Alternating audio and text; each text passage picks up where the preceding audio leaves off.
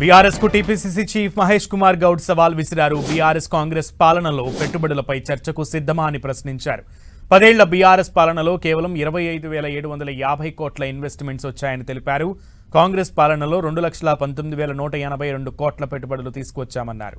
ఏడాదిలోనే 4 రెట్లు పెరిగాయన్న మహేష్ గౌడ్ కాంగ్రెస్ పై నమ్మకంతోనే ఇది సాధ్యమైందని చెప్పారు.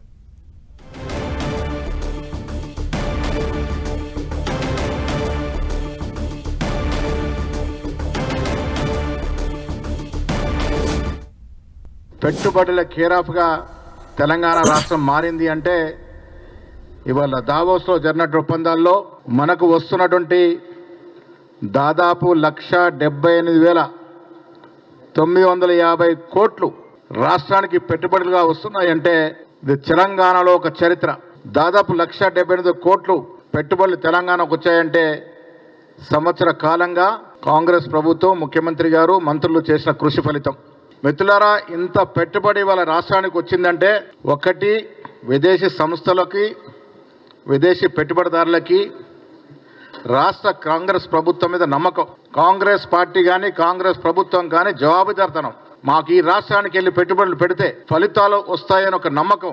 దానివల్ల ఇంత పెద్ద ఎత్తున పెట్టుబడులు వస్తూ ఉన్నాయి. పెట్టుబడి రావడానికి మరో కారణం రాష్ట్రం సంవత్సర కాలంలో చూపించినటువంటి పురోగతి. 10 ఏళ్ల కాలంలో 10 ఏళ్ల బీఆర్ఎస్ ప్రభుత్వ హయాంలో రాష్ట్రానికి వచ్చిన పెట్టుబడులు 25,750 కోట్లు మాత్రమే. 10 ఏళ్లలో వీరు తెచ్చిన పెట్టుబడుల సంఖ్య ప్రభుత్వం లెక్కల సమాచారం ప్రకారం 2015 నుంచి 2019 వరకు 1 రూపాయి పెట్టుబడి రాలే. మీకు ఇస్తాం ఈ లెక్క. దాదాపు 5 ఏళ్లు ఈ రాష్ట్రానికి వచ్చిన విదేశీ పెట్టుబడులు 0 మాత్రమే. 2020లో 500 కోట్లు మాత్రమే. 2021 సునామీ మనకి కరోనా ఇదంతా ఉండింది కాబట్టి ఓకే. 2022లో వచ్చింది 4,250 కోట్లు మాత్రమే. 2023లో వచ్చింది 21,000 కోట్లు మాత్రమే. అన్నీ కలిపితే 25,750 కోట్లు మాత్రమే. ఘనమైన పాలన చేశామని చెప్పుకునే కేసీఆర్, కేటీఆర్, నేను ఇవాళ ప్రజల ద్వారా, మీ ద్వారా మీకు సవాల్ విసురుతా ఉన్నాను. మీరు ఎక్కడికంటే అక్కడికి, ఎప్పుడంటే అప్పుడు చర్చకు సిద్ధము.